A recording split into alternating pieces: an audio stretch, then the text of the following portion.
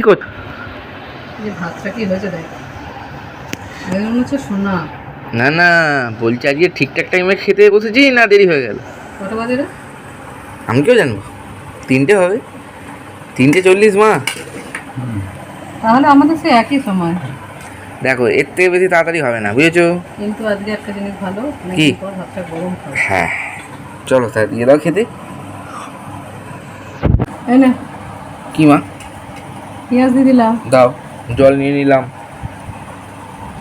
আর এনে শসা হুম দিলাম, লেবু, হুম লঙ্কা। এবারে দিয়ে দিচ্ছি বাঁধাকপি শুকনো।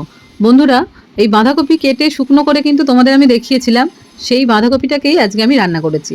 তো এটা আমি ঘি আর গরম মশলা দিয়ে রান্না করেছি, মাছের মাথাও দিয়েছি এর সাথে। এটা কিন্তু টাটকা বাঁধাকপির থেকেও খুব ভাল লাগে খেতে, বাড়িতে বানিয়ে একবার খেয়ে দেখবেন। আর এই যে বানানো হয়েছে লাল লাল ঝাল ঝাল চিকেন, কালারটা দেখুন কি এসছে, অসাধারণ লাগছে।